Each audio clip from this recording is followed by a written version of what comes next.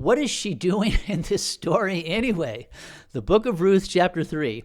So as we turn to chapter 3, we encounter one of the Bible's most daring and controversial episodes. It's a midnight encounter on a threshing floor that would determine the fate of Elimelech's family line.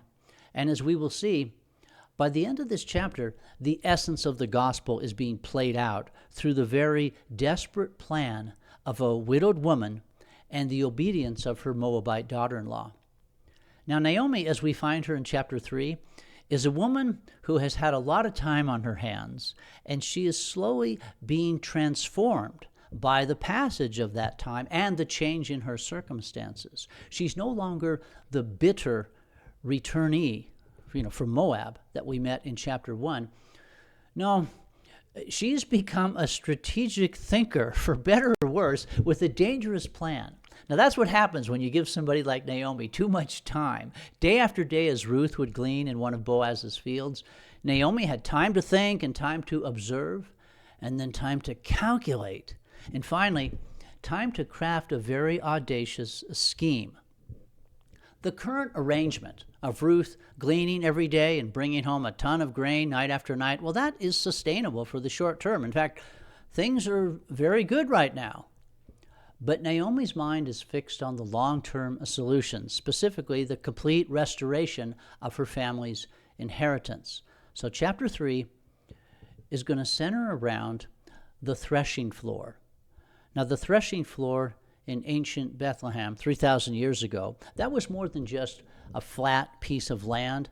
It was the culmination of an entire year's labor, the place where a landowner's annual salary laid piled on the ground. So the threshing floor was a place of financial vulnerability. After the grain had been reaped and then bundled in the field, oxen-drawn carts would transport these bundles to the threshing floor. Now, it's a flat, hard surface with a central pole in the middle. Think of something like a tetherball pole. An animal would be tethered to that center pole and would then go round and round, violently trampling the grain, cycle after cycle. And the purpose was to separate the kernels from their stalks. And then the final process of winnowing would take place in the evening when the wind was just right. Workers would toss the mixture of, grain and chaff and stalk into the air, allowing the wind to carry away the lighter and worthless material as those valuable kernels then fell back to the ground. Now, for a wealthy landowner like Boaz, he owned his own threshing floor. This was the moment when an entire year's investment reached its climax. So he was going to do this work himself and keep an eye on that pile of grain 24/7. Now, the threshing floor had another reputation, and it's the prophet Hosea who records this for us. These locations, these threshing floors, had become meeting places for illicit encounters. Think of them as the ancient equivalent of a roadside motel. There was the isolation and the darkness and the absence of family oversight. All of that mixed together made the threshing floor synonymous with a moral compromise. So this fact adds layers of risk and scandal to what Naomi is about to propose.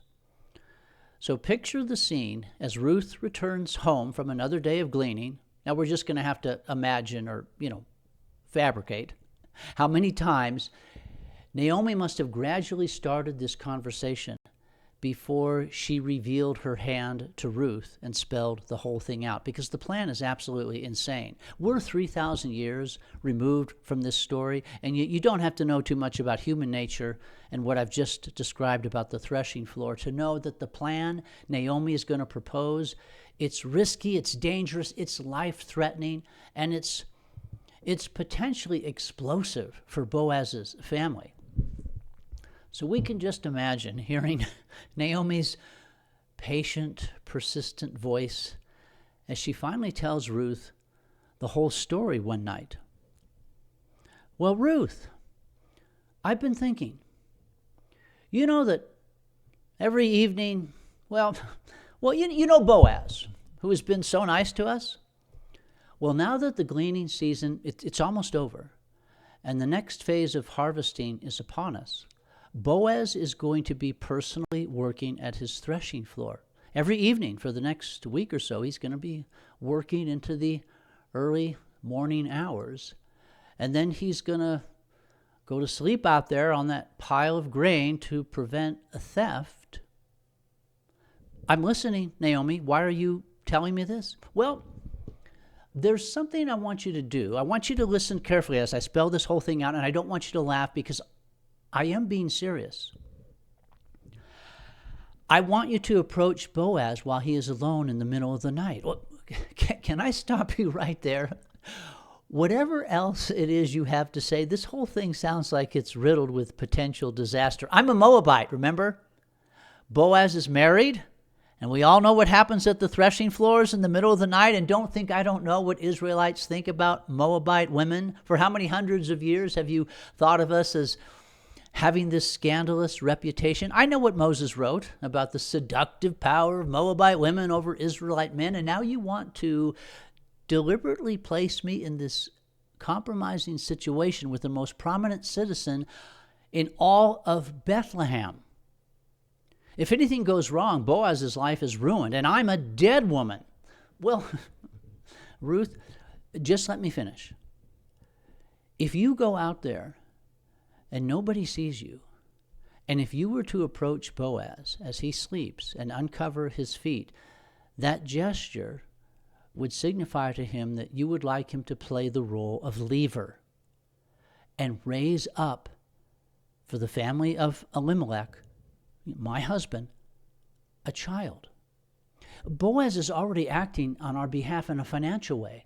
You know that he and I are very close relatives. If it wasn't for Mr. So-and-so, he would be my closest relative.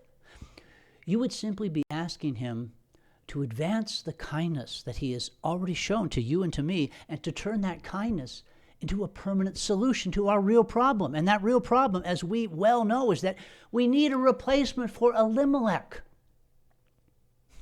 Now, as you're listening to me tell this story to you, you have to be thinking the same thing that I'm thinking. How in the world did Ruth ever agree to this? 3,000 years later in this plan, it just sounds ridiculous. Even if Ruth does agree to go on this suicide mission, and even if Boaz agrees, or more importantly, gets his wife to agree, how in the world can a child born to a Moabite woman be considered the legitimate heir of an Israelite, essentially a patriarch? This would take a legal miracle to navigate and pull off, even if nothing goes wrong at the threshing floor. What possible incentive could Boaz have for participating in such a scheme when he has everything to lose and nothing to gain? Boaz has no legal obligation. The dangers, they are immense and they're immediate. Discovery would mean social ruin for him. And like we said, death for Ruth. His reputation as a leading citizen, forget that. That's destroyed. And then she would face the community's brutal justice. Yet, for reasons that transcend human logic, we know that Ruth eventually agrees. This is really just a providence behind it all, in providence's hiddenness from human observation. Whatever her motivation, Ruth embarks on this courageous and insane and foolish act. Call it whatever you want. In the darkness, one night, Ruth adorns herself and carefully makes her clandestine journey to Boaz's threshing floor. After a long night, the final night of winnowing, in fact, this is the final night of the entire harvest season. Boaz has eaten his evening meal, he's enjoyed some wine, he's fallen asleep on top of his precious pile of grain, and Ruth seizes her moment. She carefully uncovers his feet, and Boaz stirs and discovers her presence, and his initial reaction is far from romance. He is filled with alarm. But he's smart enough to realize that Ruth has not acted independently. This entire situation, this bears the marks of somebody else. And he says to her, "This wasn't your idea, was it, Ruth?" Well, Boaz, he finds himself in an impossible situation. A Moabite woman has approached him in a very compromising circumstance, making a request that challenges every legal and social convention. And if this ever sees the light of day, this will be a legal labyrinth. The lawyers will have a field day with it. And yet through it all, Boaz also recognizes the courage required for Ruth to risk her life and the fact that Naomi must have had something up her sleeve. But what exactly was Naomi thinking? Now here we should just spend a few moments on the story's repeated emphasis on the word Moab. In this brief book, we're reminded 8 times of Ruth's origin, 8 times. The etymology of Moab in Hebrew literally means from father. The Mo part means from, and the Ab part means father. And the origin of this name goes back to Sodom and Gomorrah, when Lot's eldest daughter, believing that all the men had perished, gets her father a drunk and then conceives a child through him.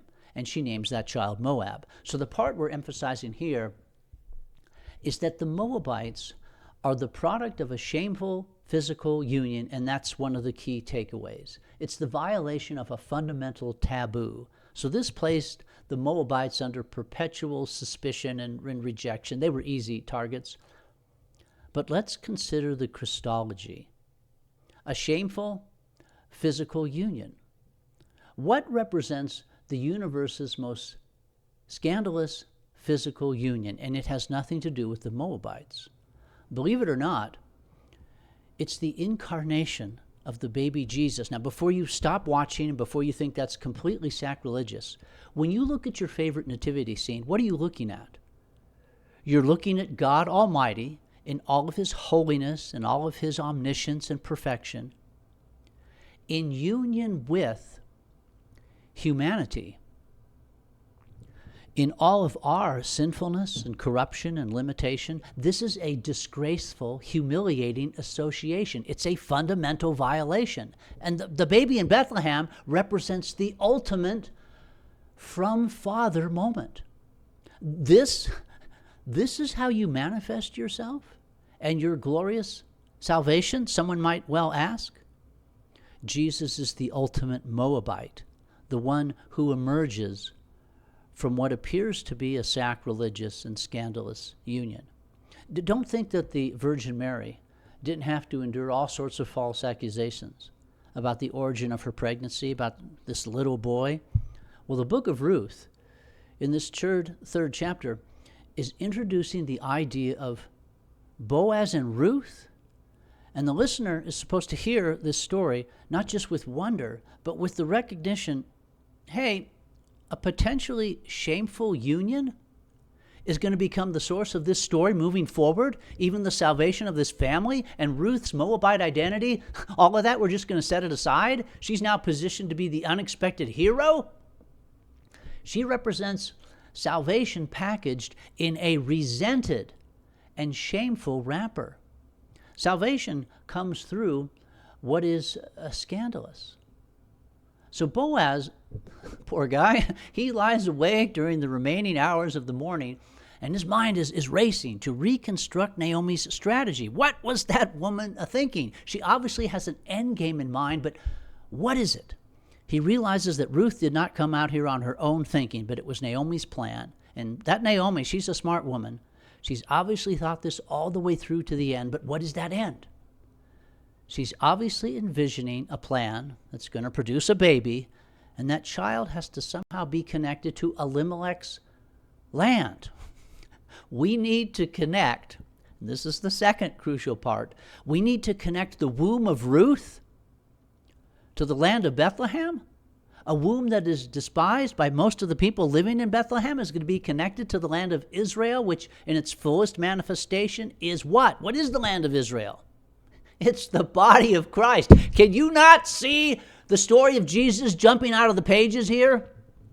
This final night of harvesting is going to give way to the first day of the new season. So first thing tomorrow morning, the topic at the city gates is going to be, property negotiations. And that'll all start in the morning, this very morning. It's right upon us. So if Boaz is going to act, he should act immediately.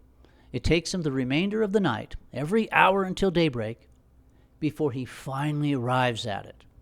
He believes he has crystallized in his own mind his understanding of Naomi's vision. And just as importantly, he's committed himself to pulling it off.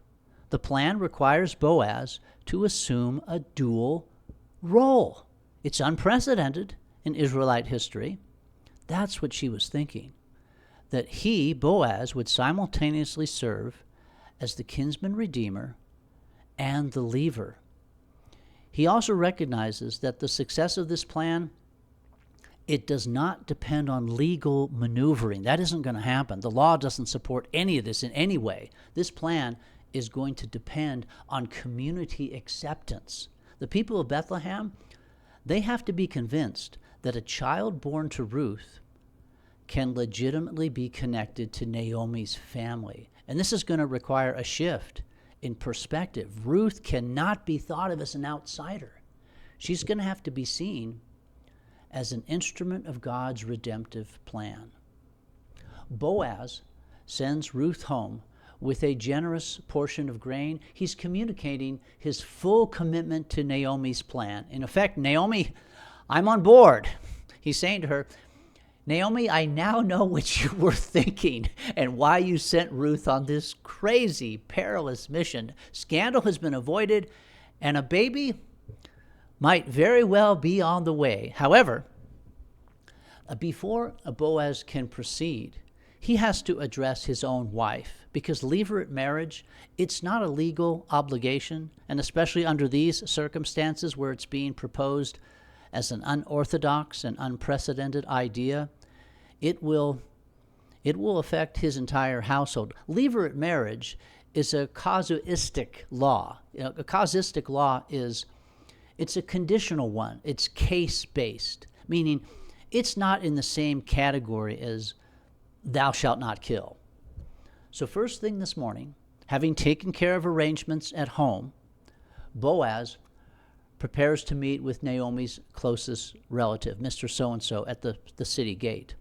So the book of Ruth will reach its climactic confrontation right there when we turn to chapter 4. Meanwhile, Naomi is actually waiting at home, knowing that her entire plan may have become the worst idea of her life. Did Ruth get discovered? Well, the arrival of Ruth with Boaz's grain confirms absolutely not. And the next phase of this plan, it's going to proceed. It's going to be resolved today, this morning, at the city gates. Ruth chapter 3 has presented us with an ancient tale of intrigue through a potentially scandalous midnight encounter between a Moabite widow and an Israelite landowner. Naomi's plan, it clearly prefigures the scandalous plan of salvation? No. God planned redemption through the womb of a virgin, and that is foreshadowed right here. Sending Ruth to that threshing floor was an abandonment of sound legal thinking. Mary, the mother of Jesus, and her immersion into God's plan, that was a suspension of the laws of nature.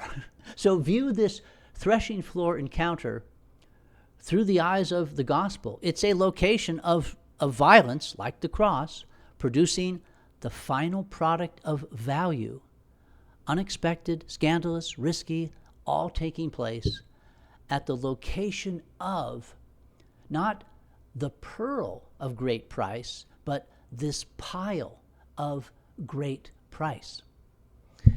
We approach our kinsman-redeemer, asking him to spread his wing of protection over us and include us Moabites, in your eternal family. And even more boldly, marry us, become one flesh with our desperate condition, the baby in Bethlehem. We need a new life. We need a baby boy emerging from the last place that anybody is going to look. Restore our portion of the Holy Land. And you are that portion, our new life inside of Christ. Chapter 4 next time. God bless and good night.